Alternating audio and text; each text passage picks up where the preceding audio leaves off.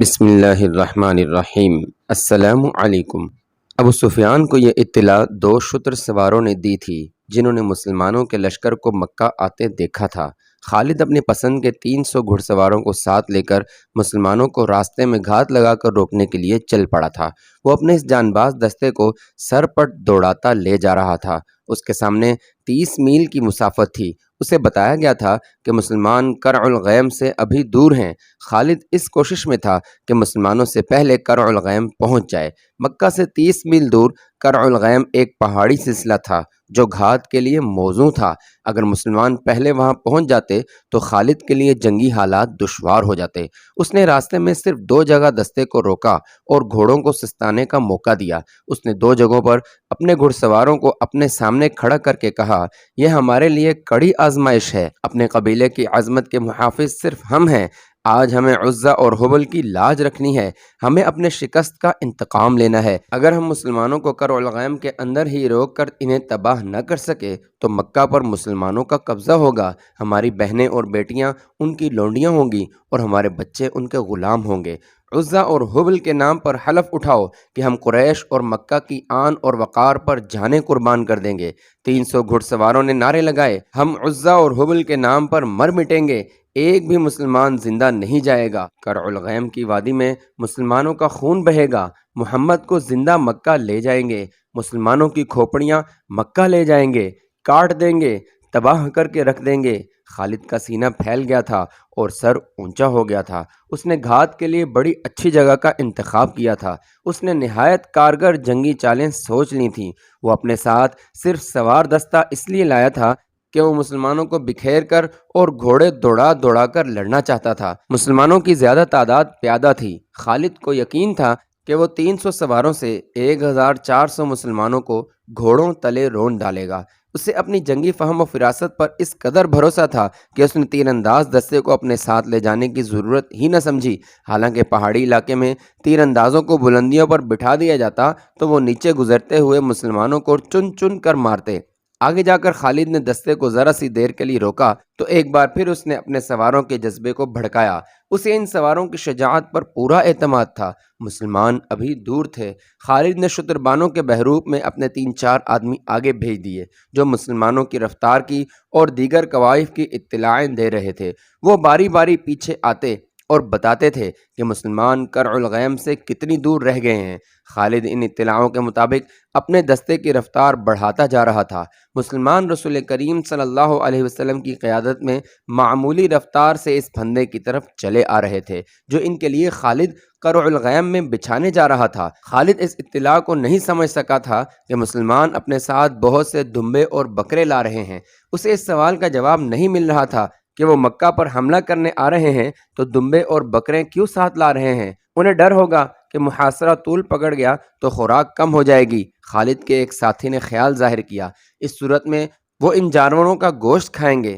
اس کے سوا ان جانوروں کا اور کیا استعمال ہو سکتا ہے؟ بیچاروں کو معلوم ہی نہیں کہ مکہ تک وہ پہنچ ہی نہیں سکیں گے۔ خالد نے کہا، ان کے دمبے اور بکرے ہم کھائیں گے۔ مسلمان ابھی کرع الغیم سے 15 میل دور عصفان کے مقام پر تھے کہ خالد اس سلسلہ کوہ میں داخل ہو گیا۔ اس نے اپنے دستے کو پہاڑیوں کے دامن میں ایک دوسرے سے دور دور رکنے کو کہا اور خود گھات کی موزوں جگہ دیکھنے کے لیے آگے چلا گیا۔ وہ درے تک گیا۔ یہی راستہ تھا جہاں سے قافلے اور دستے گزرا کرتے تھے۔ وہ یہاں سے پہلے بھی گزرا تھا لیکن اس نے اس درے کو اس نگاہ سے کبھی نہیں دیکھا تھا جس نگاہ سے آج دیکھ رہا تھا۔ اس نے اس درے کو دائیں بائیں والی بلندیوں پر جا کر دیکھا، نیچے آیا، چٹانوں کے پیچھے گیا اور گھوڑوں کو چھپانے کی ایسی جگہوں کو دیکھا جہاں سے وہ اشارہ ملتے ہی فوراً نکل آئیں اور مسلمانوں پر بے خبری میں ٹوٹ پڑیں۔ وہ مارچ 628 عیسوی کے آخری دن تھے۔ موسم ابھی سرد تھا مگر خالد اور اس کے گھوڑے کا پسینہ بہہ رہا تھا۔ اس نے گھات کا علاقہ منتخب کر لیا اور اپنے دستے کو کئی حصوں میں تقسیم کر کے گھوڑوں کو درے کے علاقے میں چھپا دیا۔ اب اس نے اپنے ان آدمیوں کو جو مسلمانوں کی پیش قدمی کی اطلاع لاتے تھے اپنے پاس روک لیا کیونکہ خدشہ تھا کہ مسلمان ان کی اصلیت معلوم کر لیں گے۔ مسلمان قریب آ گئے تھے۔ رات کو انہوں نے پڑاؤ کیا تھا۔ اگلی صبح جب نماز فجر کے بعد مسلمان کوچ کی تیاری کر رہے تھے، ایک آدمی رسول اللہ صلی اللہ علیہ وسلم کے پاس آیا۔ تمہاری حالت بتا رہی ہے کہ تم دوڑتے ہوئے آئے ہو۔ رسول اللہ صلی اللہ علیہ وسلم نے کہا اور تم کوئی اچھی خبر بھی نہیں لائے؟ یا رسول اللہ صلی اللہ علیہ وسلم، مدینہ کے اس مسلمان نے کہا، خبر اچھی نہیں، مکہ والوں کی نیت ٹھیک نہیں، میں کل سے کرع الغیم کی پہاڑیوں میں گھوم پھر رہا ہوں، خدا کی قسم مجھے وہ نہیں دیکھ سکے جنہیں میں دیکھ آیا ہوں، میں نے ان کی تمام نقل و حرکت دیکھی ہے۔ کون ہیں وہ؟ اہل قریش کے سوا اور کون ہو سکتا ہے؟ اس نے جواب دیا، وہ سب گھڑ سوار ہیں اور درے کے ارد گرد کی چٹانوں میں چھپ گئے ہیں، تعداد 300 اور 400 کے درمیان ہے۔ رسول کریم صلی اللہ علیہ وسلم کے اس جاسوس نے کہا، میں نے اگر صحیح پہچانا ہے تو وہ خالد بن ولید ہے، جس کی بھاگ دوڑ کو میں سارا دن چھپ چھپ کر دیکھتا رہا ہوں۔ میں اتنی قریب چلا گیا تھا کہ وہ مجھے دیکھتے تو قتل کر دیتے۔ خالد نے اپنے سواروں کو درے کے ارد گرد پھیلا کر چھپا دیا ہے۔ کیا یہ غلط ہوگا کہ وہ گھات میں بیٹھ گئے ہیں؟ مکہ والوں کو ہمارے آنے کی اطلاع ملی تو وہ سمجھے ہوں گے کہ ہم مکہ کا محاصرہ کرنے آ رہے ہیں۔ صحابہ کرام رضوان اللہ علیہم اجمعین میں سے کسی نے کہا، خدا کی قسم جس کے ہاتھ میں ہم سب کی جان ہے، رسول اللہ صلی اللہ علیہ وسلم نے فرمایا، اہل قریش مجھے لڑائی کے لیے للکاریں گے تو بھی میں نہیں لڑوں گا۔ ہم جس ارادے سے آئے ہیں اس ارادے کو بدلیں گے نہیں۔ ہماری نیت مکہ میں جا کر عمرہ کرنے کی ہے اور ہم یہ دمبے اور بکرے قربانی کے لیے ساتھ لائے ہیں۔ ہم خون خرابہ کرنے نہیں، عمرہ کرنے آئے ہیں۔ یا رسول اللہ صلی اللہ علیہ وسلم، ایک صحابی نے پوچھا، وہ درے میں ہمیں روکیں گے تو کیا ہم پر اپنے دشمن کا خون خرابہ جائز نہیں ہوگا؟ صحابہ کرام رضوان اللہ علیہم اجمعین رسول خدا صلی اللہ علیہ وسلم کے ارد گرد اکٹھے ہو گئے۔ اس صورتحال سے بچ کر نکلنے کے طریقوں پر اور راستوں پر بحث و مباحثہ ہوا۔ رسول کریم صلی اللہ علیہ وسلم اچھے مشورے کو دھیان سے سنتے اور اس کے مطابق حکم صادر فرماتے۔ آخر رسول خدا صلی اللہ علیہ وسلم نے حکم صادر فرمایا۔ آپ صلی اللہ علیہ وسلم نے 20 گھڑ سوار منتخب کیے اور انہیں ان ہدایات کے ساتھ آگے بھیج دیا کہ وہ کرع الغیم تک چلے جائیں، لیکن درے میں داخل نہ ہوں۔ وہ خالد کے دستے کا جائزہ لیتے رہیں اور یہ دستہ ان پر حملہ کرے تو یوں لڑیں کہ پیچھے کو ہٹتے آئیں اور بکھر کر رہیں۔ تأثر یہ دیں کہ یہ مدینہ والوں کا ہرول جیش ہے۔ ان 20 سواروں کو دعاؤں کے ساتھ روانہ کر کے باقی اہل مدینہ کا راستہ آپ صلی اللہ علیہ وسلم نے بدل دیا۔ آپ صلی اللہ علیہ وسلم نے جو راستہ اختیار کیا وہ بہت ہی دشوار گزار تھا اور لمبا بھی تھا، لیکن آپ صلی اللہ علیہ وسلم لڑائی سے بچنے کی کوشش کرتے رہے۔ ایک مشکل یہ بھی تھی کہ اہل مدینہ میں کوئی ایک آدمی بھی نہ تھا جو اس راستے سے واقف ہوتا۔ یہ ایک اور درہ تھا جو مثنیۃ المرار کہلاتا ہے، اسے ذات الخنزل بھی کہتے تھے۔ رسول کریم صلی اللہ علیہ وسلم اپنے ساتھیوں کے ساتھ اس درے میں داخل ہو گئے اور سلسلہ کوہ کے ایسے راستے سے گزرے جہاں سے کوئی نہیں گزرتا تھا۔ خالد کی نظریں مسلمانوں کے ہرول دستے پر لگی ہوئی تھیں، لیکن ہرول کے یہ 20 سوار رک گئے۔ کبھی ان کے 2-3 سوار درے تک آتے اور ادھر ادھر دیکھ کر واپس چلے جاتے۔ اگر وہ 20 کے 20 سوار درے میں آ بھی جاتے تو خالد انہیں گزر جانے دیتا، کیونکہ اس کا اصل شکار تو پیچھے آ رہا تھا۔ ان 20 سواروں پر حملہ کر کے وہ اپنی گھات کو بے نقاب نہیں کرنا چاہتا تھا۔ یہ کوئی پرانا واقعہ نہیں تھا، چند دن پہلے کی بات تھی۔ خالد پریشان ہو رہا تھا کہ مسلمانوں کا لشکر ابھی تک نظر نہیں آیا، کیا اس نے کوچ ملتوی کر دیا ہے یا اسے گھات کی خبر ہو گئی ہے؟ اس نے اپنے ایک شتر سوار سے کہا کہ وہ اپنے بحروب میں جائے اور دیکھے کہ مسلمان کہاں ہیں اور کیا کر رہے ہیں۔ اس دوران 20 مسلمان سواروں نے اپنی نقل و حرکت جاری رکھی۔ 1-2 مرتبہ وہ درے تک آئے اور ذرا رک کر واپس چلے گئے۔ 1-2 مرتبہ وہ پہاڑیوں میں کسی اور طرف داخل ہوئے۔ خالد چھپ چھپ کر ادھر آ گیا، وہ سوار وہاں سے بھی واپس چلے گئے۔ اس طرح انہوں نے خالد کی توجہ اپنے اوپر لگائے رکھی۔ خالد کے سوار اشارے کے انتظار میں گھات میں چھپے رہے۔ سورج غروب ہو چکا تھا جب خالد کا شتر سوار جاسوس واپس آیا۔ وہ وہاں نہیں ہے۔ جاسوس نے خالد کو بتایا، کدھر گئے ہیں؟ میں نہیں بتا سکتا۔ خالد اور زیادہ پریشان ہو گیا۔ صحرا کی شام گہری ہو گئی تو اس نے محسوس کیا کہ مسلمانوں کے ہرول کے سوار بھی وہاں نہیں ہے۔ اسے ان کے کسی گھوڑے کی ہنہنانے کی آواز سنائی نہیں دے رہی تھی۔ صبح طلوع ہوئی تو خالد نے اسی درے سے نکل کر دیکھا 20 سوار غائب تھے۔ اسے اپنی ناکامی کا احساس ہونے لگا۔ اس کے ارادے اور اس کے جنگی منصوبے خاک میں مل گئے تھے۔ اس نے سوچا کہ وہ خود عصفان تک چلا جائے، لیکن پہچانے جانے کے ڈر سے رکا رہا۔ اس نے 2-3 آدمی اونچی پہاڑیوں پر بھیج دیے کہ وہ ہر طرف نظر رکھیں۔ دن آدھا گزر گیا تھا، اسے کوئی اطلاع نہ ملی۔ مسلمانوں کے ہرول کے 20 سوار بھی نظر نہ آئے۔ اسے توقع تھی کہ وہ آئیں گے۔ دوپہر کے لگ بھگ اس کا ایک سوار گھوڑا سر پر دوڑاتا اس کے پاس آ کر رکا۔ میرے ساتھ چلو۔ سوار نے تیز تیز بولتے ہوئے کہا، جو میں نے دیکھا ہے وہ تم بھی دیکھو۔ کیا دیکھا ہے تم نے؟ گرد۔ سوار نے کہا، خدا کی قسم وہ گرد کسی قافلے کی نہیں ہو سکتی۔ کیا ایسا نہیں ہو سکتا کہ وہ مسلمانوں کا لشکر ہو؟ خالد نے گھوڑے کو ایڑ لگائی اور مکہ کی سمت پہاڑی علاقے سے نکل گیا۔ اسے زمین سے گرد کے بادل اٹھتے دکھائی دیے۔ خدا کی قسم، خالد نے کہا، قبیلہ قریش میں کوئی ایسا نہیں جو محمد صلی اللہ علیہ وسلم جیسا دانش مند ہو۔ وہ میری گھات سے نکل گیا ہے۔ مسلمان رسول اللہ صلی اللہ علیہ وسلم کی قیادت میں کرع الغیم کی دوسری طرف سے مکہ کی طرف نکل گئے تھے۔ رات کو ان کے 20 سوار بھی دور کے راستے سے ان کے پیچھے گئے اور ان کے ساتھ جا ملے۔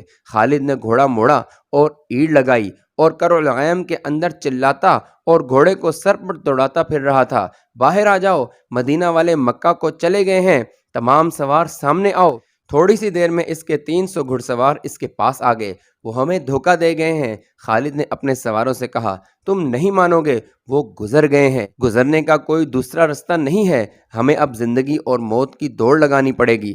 سست ہو جاؤ گے تو وہ مکہ کا محاصرہ کر لیں گے، وہ بازی جیت جائیں گے۔ آج مدینہ کے رستے پر جب مدینہ قریب رہ گیا تھا، خالد کو یاد آ رہا تھا کہ اسے مکہ پر مسلمانوں کے قبضے کا ڈر تو تھا، لیکن وہ رسول کریم صلی اللہ علیہ وسلم کی اس چال پر عش عش کر اٹھا تھا۔ وہ خود فن حرب و ضرب اور عسکری چالوں کا ماہر اور دلدادہ تھا۔ وہ سمجھ گیا کہ رسول اللہ صلی اللہ علیہ وسلم نے اپنے ہرول کے 20 سوار دھوکہ دینے کے لیے بھیجے تھے۔ سواروں نے اسے کامیابی سے دھوکہ دیا، اس کی توجہ کو گرفتار کیے رکھا اور مسلمان دوسری طرف نکل گئے۔ یہ جادو نہیں، خالد نے اپنے آپ سے کہا، اگر اپنے قبیلے کی سرداری مجھے مل جائے تو جادو کے یہ کرتب میں بھی دکھا سکتا ہوں۔ یہ صحیح تھا کہ اس کے باپ نے اسے ایسی عسکری تعلیم و تربیت دی تھی کہ وہ میدان جنگ کا جادوگر کہلا سکتا تھا، مگر اس کے اوپر ایک سردار تھا، ابو سفیان۔ وہ قبیلے کا سالار اعلیٰ بھی تھا۔ اس کے ماتحت خالد اپنی کوئی چال نہیں چل سکتا تھا۔ اپنی اس مجبوری نے اس کے دل میں ابو سفیان کی نفرت پیدا کر دی تھی۔ اسے چند دن پہلے کا یہ واقعہ یاد آ رہا تھا۔ 1400 مسلمان اس کی گھات کو دھوکہ دے کر مکہ کی طرف نکل گئے تھے۔ اس نے یہ سوچا ہی نہیں کہ 300 سواروں سے مسلمانوں پر عقب سے حملہ کر دے۔ اسے احساس تھا کہ جو مسلمان قلیل تعداد میں کثیر تعداد کے دشمن کو شکست دے سکتے ہیں، انہیں 300 سواروں سے شکست نہیں دی جا سکتی، کیونکہ وہ کثیر تعداد میں ہیں۔ اسے مکہ ہاتھ سے جاتا نظر آنے لگا تھا اور اسے یہ خفت بھی محسوس ہونے لگی تھی کہ اس کی گھات کی ناکامی پر ابو سفیان اسے طعنہ دے گا، پھر اسے قریش کی شکست اور مکہ کے سقوط کا مجرم کہا جائے گا۔ اس نے اپنے سواروں کو ایک راستہ سمجھا کر کہا کہ مسلمانوں سے پہلے مکہ پہنچنا ہے۔ یہ دور کا راستہ تھا، لیکن وہ مسلمانوں کی نظروں سے بچنے کی کوشش کر رہا تھا۔ اس کے 300 سواروں نے گھوڑوں کو ایڑیں لگا دیں۔ راستہ لمبا ہونے کی وجہ سے 3 میل کا فاصلہ 1.5 گنا زیادہ تھا، جسے خالد رفتار سے کم کرنے کے جتن کر رہا تھا۔ عربی نسل کے اعلیٰ گھوڑے شام سے بہت پہلے مکہ پہنچ گئے۔ وہاں مسلمانوں کی ابھی ہوا بھی نہیں پہنچی تھی۔ مکہ کے لوگ گھوڑوں کے شور و غل پر گھروں سے نکل آئے۔ ابو سفیان بھی باہر آ گیا۔ کیا تمہاری گھات کامیاب رہی؟ ابو سفیان نے پوچھا۔ وہ گھات میں آئے ہی نہیں، خالد نے گھوڑے سے کود کر اترتے ہوئے کہا۔ کیا تم مکہ کے ارد گرد ایسی خندق کھدوا سکتے ہو جیسی محمد صلی اللہ علیہ وسلم نے مدینہ کے ارد گرد کھدوائی تھی؟ وہ کہاں ہیں؟ ابو سفیان نے گھبرائی ہوئی آواز میں پوچھا۔ کیا یہ بہتر نہیں ہوگا کہ مجھے ان کی کچھ خبر دو؟ جتنی دیر میں تم خبر سنتے اور سوچتے ہو، اتنی دیر میں وہ مکہ کو محاصرہ میں لے لیں گے، خالد نے کہا۔ حبل اور عزا کی عظمت کی قسم، وہ پہاڑوں اور چٹانوں کو روندتے آ رہے ہیں۔ اگر وہ کرع الغیم میں سے کسی اور راستے سے گزرے ہیں تو وہ انسان نہیں، کوئی پیادہ وہاں سے اتنی تیزی سے نہیں گزر سکتا جتنی تیزی سے وہ گزر آئے ہیں۔ خالد، ابو سفیان نے کہا، ذرا ٹھنڈے ہو کر سوچو، خدا کی قسم گھبراہٹ سے تمہاری آواز کانپ رہی ہے۔ ابو سفیان، خالد نے جل کر کہا، تم میں صرف یہ خوبی ہے کہ تم میرے قبیلے کے سردار ہو۔ میں تمہیں یہ بتا رہا ہوں کہ ان کے لیے مکہ کی اینٹ سے اینٹ بجا دینا کوئی مشکل نہیں۔ خالد نے دیکھا کہ اس کے 2 ساتھی سالار اکرمہ اور صفوان قریب ہی کھڑے تھے۔ خالد نے ان سے کہا، آج بھول جاؤ کہ تمہارا سردار کون ہے، صرف یہ یاد رکھو کہ مکہ پر طوفان آ رہا ہے۔ اپنی آن کو بچاؤ، یہاں کھڑے ایک دوسرے کا منہ نہ دیکھو۔ اپنے شہر کو بچاؤ، اپنے دیوتاؤں کو بچاؤ۔ سارے شہر میں بھگدڑ بپا ہو گئی تھی۔ لڑنے والے لوگ برچیاں، تلواریں اور تیر کمان اٹھائے مکہ کے دفاع کو نکل آئے۔ عورتوں اور بچوں کو ایسے بڑے مکانوں میں منتقل کیا جانے لگا جو قلعوں جیسے تھے۔ جوان عورتیں بھی لڑنے کے لیے تیار ہو گئیں۔ یہ ان کے شہر اور جان و مال کا ہی نہیں، ان کے مذہب کا بھی مسئلہ تھا۔ یہ دو نظریوں کی ٹکر تھی، لیکن خالد اسے اپنے ذاتی وقار اور اپنے خاندانی وقار کا بھی مسئلہ سمجھتا تھا۔ اس کا خاندان جنگ و جدل کے لیے مشہور تھا۔ اس کے باپ کو لوگ عسکری قائد کہا کرتے تھے۔ خالد اپنے خاندان کے نام اور خاندانی روایات کو زندہ رکھنے کی سرتوڑ کوشش کر رہا تھا۔ اس نے ابو سفیان کو نظر انداز کر دیا، اکرمہ اور صفوان کو ساتھ لیا اور ایسی چالیں سوچ لیں جن سے وہ مسلمانوں کو شہر سے دور رکھ سکتا تھا۔ اس نے سواروں کی کچھ تعداد اس کام کے لیے منتخب کر لی کہ یہ سوار شہر سے دور چلے جائیں، اور مسلمان اگر محاصرہ کر لیں تو یہ گھڑ سوار عقب سے محاصرے پر حملہ کر دیں، مگر وہاں جم کر لڑے نہیں بلکہ محاصرے میں کہیں شگاف ڈال کر بھاگ جائیں۔ شہر میں افراتفری اور لڑنے والوں کی بھاگ دوڑ اور للکار میں چند ایک عورتوں کی مترنم آوازیں سنائی دینے لگیں۔ ان کی آوازیں ایک آواز بن گئی تھیں۔ وہ رمزیہ گیت گا رہی تھیں جس میں رسول اللہ صلی اللہ علیہ وسلم کے قتل کا ذکر تھا۔ بڑا جوشیلا اور بھڑکا دینے والا گیت تھا۔ یہ عورتیں گلیوں میں یہ گیت گاتی پھر رہی تھیں۔ چند ایک مسلح شتر سواروں کو مدینہ کی طرف سے آنے والے راستے پر اور دو تین کو اور سمتوں کی طرف دوڑا دیا گیا کہ وہ مسلمانوں کی پیش قدمی کی خبریں پیچھے پہنچاتے رہیں۔ عورتیں اونچے مکانوں کی چھتوں پر چڑھ کر مدینہ کی طرف دیکھ رہی تھیں۔ سورج افق میں اترتا جا رہا تھا۔ صحرا کی شفق بڑی دل فریب ہوا کرتی ہے، مگر اس شام مکہ والوں کو شفق میں لہو کے رنگ دکھائی دے رہے تھے۔ کہیں سے کسی بھی طرف سے گرد اٹھتی نظر نہیں آ رہی تھی۔ انہیں اب تک آ جانا چاہیے تھا۔ خالد نے اکرمہ اور صفوان سے کہا، ہم اتنی جلدی خندق نہیں کھود سکتے، ہم خندق کا سہارا لے کر نہیں لڑیں گے۔ اکرمہ نے کہا، ہم ان کے محاصرے پر حملہ کریں گے۔ صفوان نے کہا، ان کے پاؤں جمنے نہیں دیں گے۔ سورج غروب ہو گیا، رات گہری ہونے لگی، کچھ بھی نہ ہوا۔ مکہ میں زندگی بیدار اور سرگرم رہی، جیسے وہاں رات آئی ہی نہ ہو۔ عورتوں، بچوں اور بوڑھوں کو قلعوں جیسے مکانوں میں منتقل کر دیا گیا تھا، اور جو لڑنے کے قابل تھے وہ اپنے سالاروں کی ہدایت پر شہر کے ارد گرد اپنے مورچے مضبوط کر رہے تھے۔ رات آدھی گزر گئی، مدینہ والوں کی آمد کے کوئی آثار نہ آئے۔ پھر رات گزر گئی۔ خالد، ابو سفیان نے پوچھا، کہاں ہیں وہ؟ اگر تم یہ سمجھتے ہو کہ وہ نہیں آئیں گے تو یہ بہت خطرناک فریب ہے جو تم اپنے آپ کو دے رہے ہو۔ خالد نے کہا، تم محمد صلی اللہ علیہ وسلم کی عقل تک نہیں پہنچ سکتے۔ جو وہ سوچ سکتا ہے وہ تم نہیں سوچ سکتے۔ وہ آئیں گے۔ اس وقت تک مسلمان چند ایک معرکے دوسرے قبیلوں کے خلاف لڑ کر اپنی دھاک بٹھا رہے تھے۔ ان میں غزوہ خیبر ایک بڑا معرکہ تھا۔ انہیں جنگ کا تجربہ ہو چکا تھا۔ ابو سفیان، خالد نے کہا، میں تمہیں خبردار کرتا ہوں کہ مسلمان اب وہ نہیں رہے جو تم نے احد میں دیکھے تھے۔ اب وہ لڑنے کے ماہر بن چکے ہیں۔ ان کا ابھی تک سامنے نہ آنا بھی ایک چال ہے۔ ابو سفیان کچھ کہنے ہی لگا تھا کہ ایک شتر سوار نظر آیا جس کا اونٹ بہت تیز رفتار سے دوڑتا آیا تھا۔ ابو سفیان اور خالد کے قریب آ کر اس نے اونٹ روکا اور کود کر نیچے آیا۔ میری آنکھوں نے جو دیکھا ہے وہ تم نہیں مانو گے، شتر سوار نے کہا۔ میں نے مسلمانوں کو حدیبیہ میں خیمہ زن دیکھا ہے۔ وہ محمد صلی اللہ علیہ وسلم اور اس کا لشکر نہیں ہو سکتا۔ ابو سفیان نے کہا، خدا کی قسم میں محمد کو اس طرح پہچانتا ہوں جس طرح تم دونوں مجھے پہچانتے ہو۔ شتر سوار نے کہا، اور میں نے ایسے اور آدمیوں کو بھی پہچانا ہے جو ہم میں سے تھے لیکن ان کے ساتھ جا ملے تھے۔ حدیبیہ مکہ سے 13 میل دور مغرب میں ایک مقام تھا۔ رسول کریم صلی اللہ علیہ وسلم خون ریزی سے بچنا چاہتے تھے، اس لیے آپ صلی اللہ علیہ وسلم مکہ سے دور حدیبیہ میں جا خیمہ زن ہوئے تھے۔ صلی اللہ علیہ وعلی آلہ وصحبہ اجمعین۔